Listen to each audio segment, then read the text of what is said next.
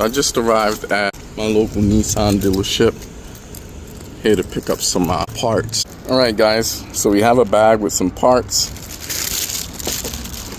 We also stopped in and said hi to one of my old service advisors that still works here. He's a supervisor now.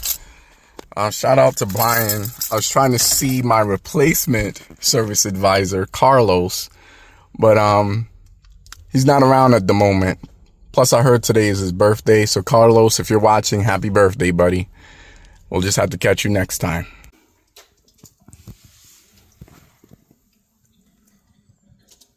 Yep, that's right. So while the coolant's draining, guys, we're going to go ahead and start taking things apart up here. Starting with the overflow hose and then our upper radiator hose.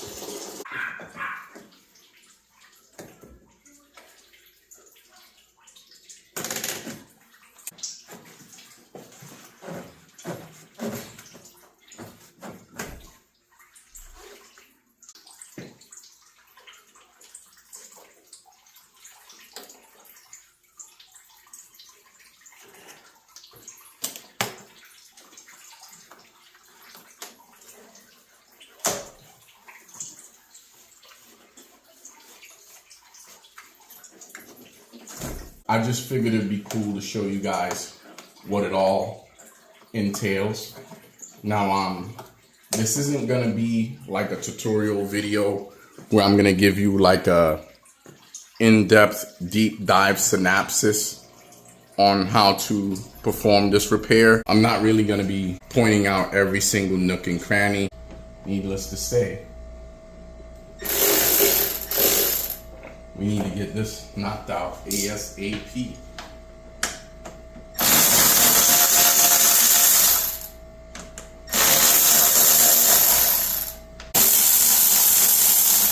I'm just going to take off our engine cover just to give ourselves a little bit of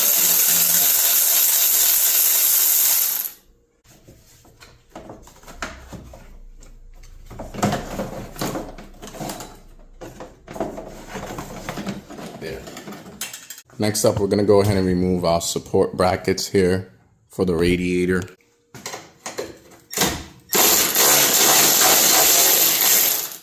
Hallelujah, they came off without breaking because these things are rusty.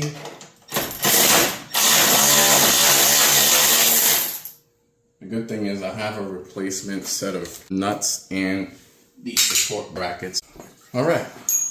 So our lower radiator hose has just been removed, and now the radiator is ours for the taking. I'm just gonna lift this guy up out of here. In addition to our radiator, we're also gonna replace the lower and upper hose. Next, we're gonna work on getting this off, and we're gonna replace the thermostat. Now, here's a bit of information. There's another thermostat on this engine. Yes, this engine has two thermostats. So here we have the thermostat on the front of the engine right here. And then you have what's called a water control valve, which lives way back here. It's behind the engine. You can't even see it from up here. You have to take the whole top of the engine down to get to where that thing lives. It is something that's going to be changed in the very, very, very near future. I'm still trying to decide whether or not if it's going to be done by myself or if I'm going to outsource that work to my local trusted repair shop. I just don't know yet because when we go in to take care of that, we're also going to address these valve covers and every single vacuum line that's under here. Mainly the crossover positive crankcase ventilation tube here, and more importantly, the PCV that's also buried in the back under the upper and lower intake plenum. If I'm not mistaken, based on the homework that I've done, the PCV valve is going to be on the passenger side valve cover. Yeah, so a lot of fun and exciting repairs coming. And obviously we're going to be throwing a new water pump at this thing as well at some point, just not today.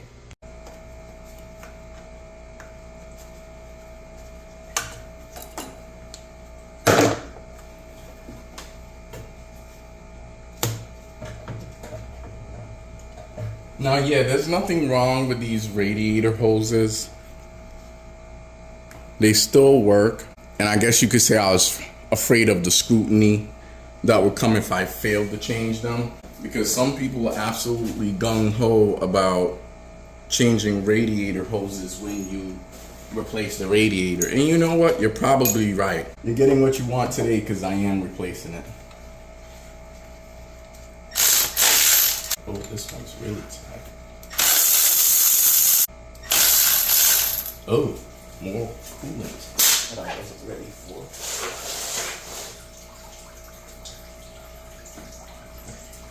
Yeah, when you go to remove this thing, expect there to be a lot of residual coolant coming out.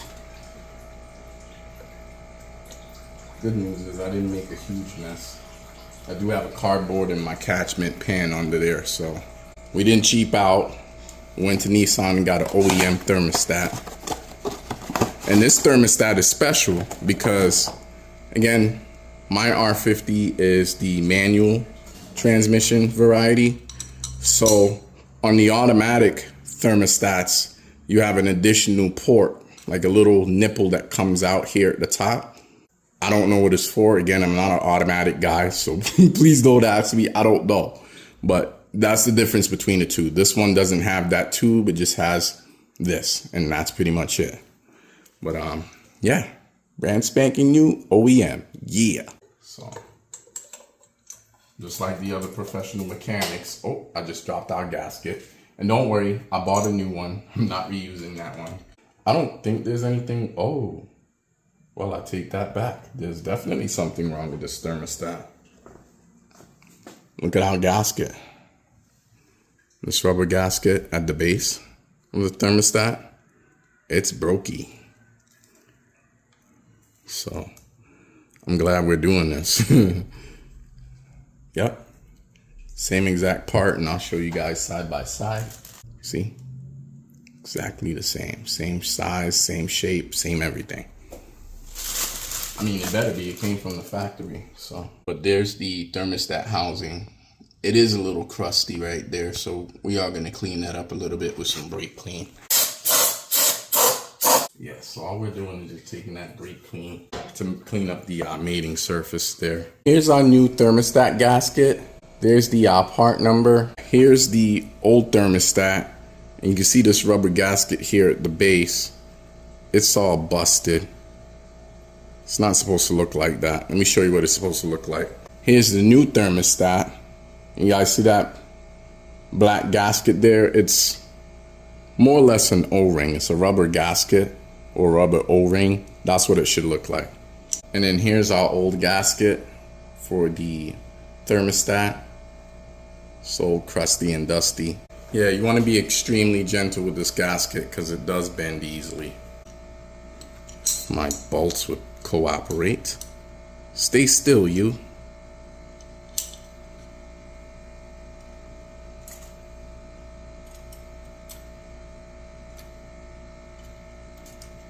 There. Got him, coach. And I do have a 3/8 torque wrench. There. But for now, we have everything nice and tight there. Almost forgot. Here's the part number for the thermostat, just in case you were wondering.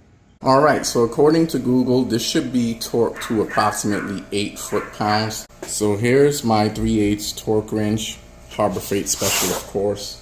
This thing is brand spanking new. Haven't even opened it yet, as you can see.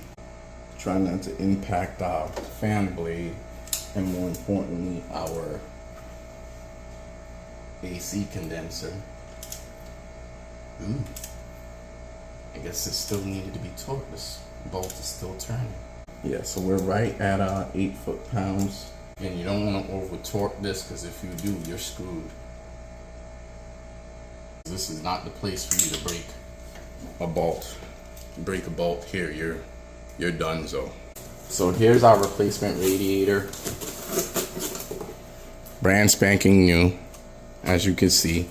Now the main reason why we decided to renege on using a used radiator is because, to my surprise and disbelief, the price between a used radiator at the junkyard, when you factor in things like the core charge, taxes, environmental fees, and a warranty, for all that, guys, we might as well just buy a new radiator. In fact, this was about $6 or $7 cheaper than getting a used one. Just saying. So I'll get all of this padding and stuff off of here, and then I'll bring you guys back so you can see what it really looks like. I mean, fresh to death. Yeah, it has a couple of superficial dings, you know, from being handled, but all in all, not bad. I'm very happy with this purchase. So we're gonna go ahead and get this guy installed into the R50. So the first thing we're gonna do is remove these OEM hose clamps off of the lower radiator hose. So there's one clamp.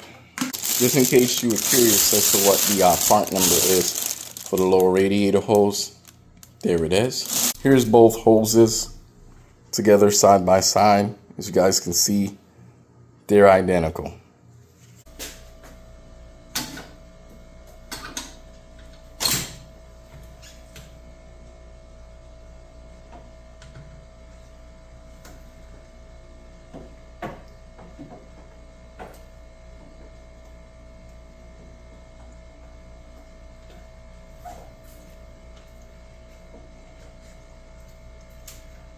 All right, perfect.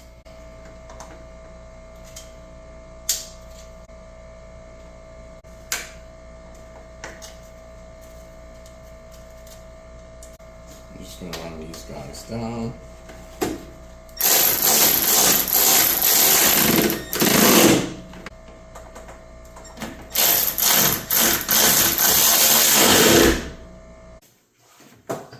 So here goes the top of our radiator hose for the lower radiator hose here.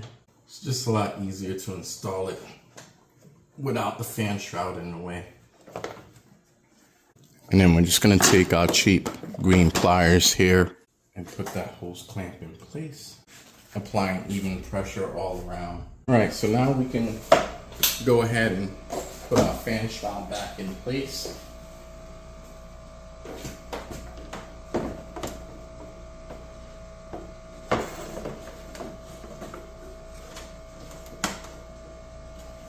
Again, gently lowering this guy in, because we don't want to add any dings to our radiator cooling fans. So we're just taking our time lowering this guy in.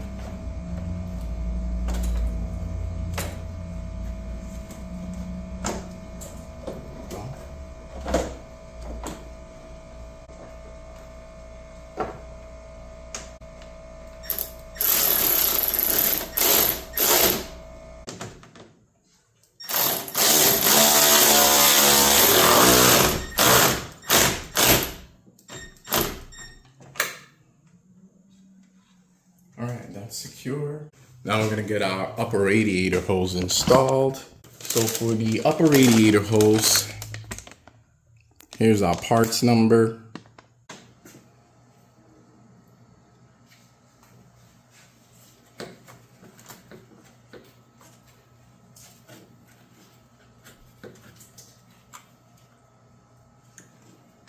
See if I can get it on the radiator side of things. There. All right. So upper radiator hose is back in place. Put our engine cover back in place. Now we just have to fill this thing up with coolant. We still need to put our lower fan shroud back in place. But here's the bottom of the radiator.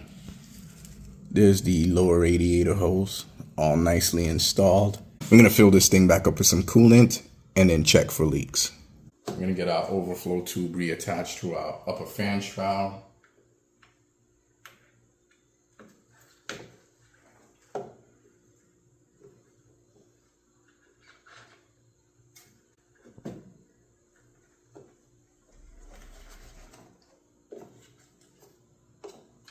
There we go. Let's get our coolant fill funnel. But because we pretty much emptied everything except the engine block, we do expect it to need a bit more. I have 1.5 gallons of coolant. Ooh, that's snug. That's what happens when you're dealing with a brand new radiator. Come on. There you go. All right.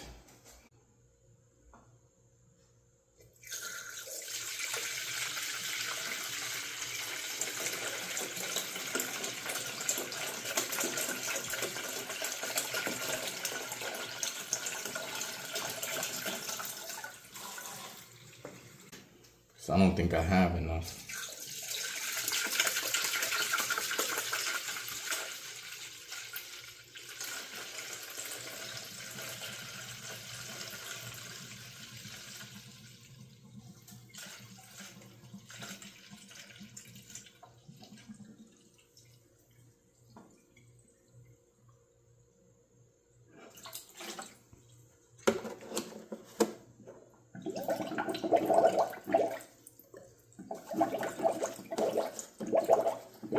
Yeah, it's chugging it.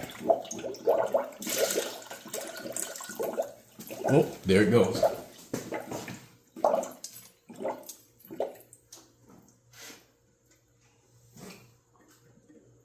Yay, we had just enough. If I had to guess, I would say it's probably like a $300 to $400 job.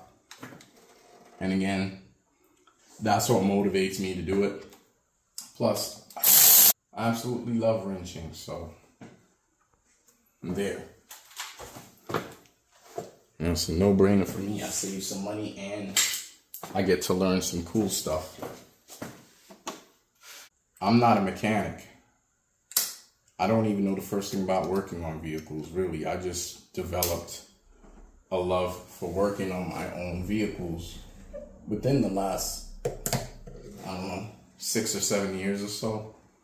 I haven't been doing this for very long, so I'm sure there's a lot of things that people would and could critique me on, but you know, this is what I do.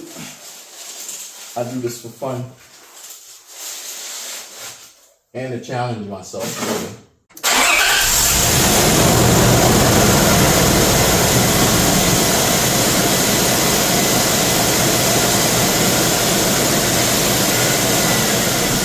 So it's a few days later, guys. Been driving this thing around town and even on the highway, and everything's been working great. There's our new upper radiator hose, our new radiator, our new lower radiator hose, and our new thermostat. Take a look down below also. There's the lower radiator hose. Everything looks good. Yeah, so the only thing we have left to do is put our splash shield back on down below, and we're actually going to go ahead and do that now. Okay, our splash shield is now back in place. So it's a wrap. Thanks again for stopping by the Camper Dan Files. And until next time, keep using your Pathfinder as a Pathfinder, on or off the pavement.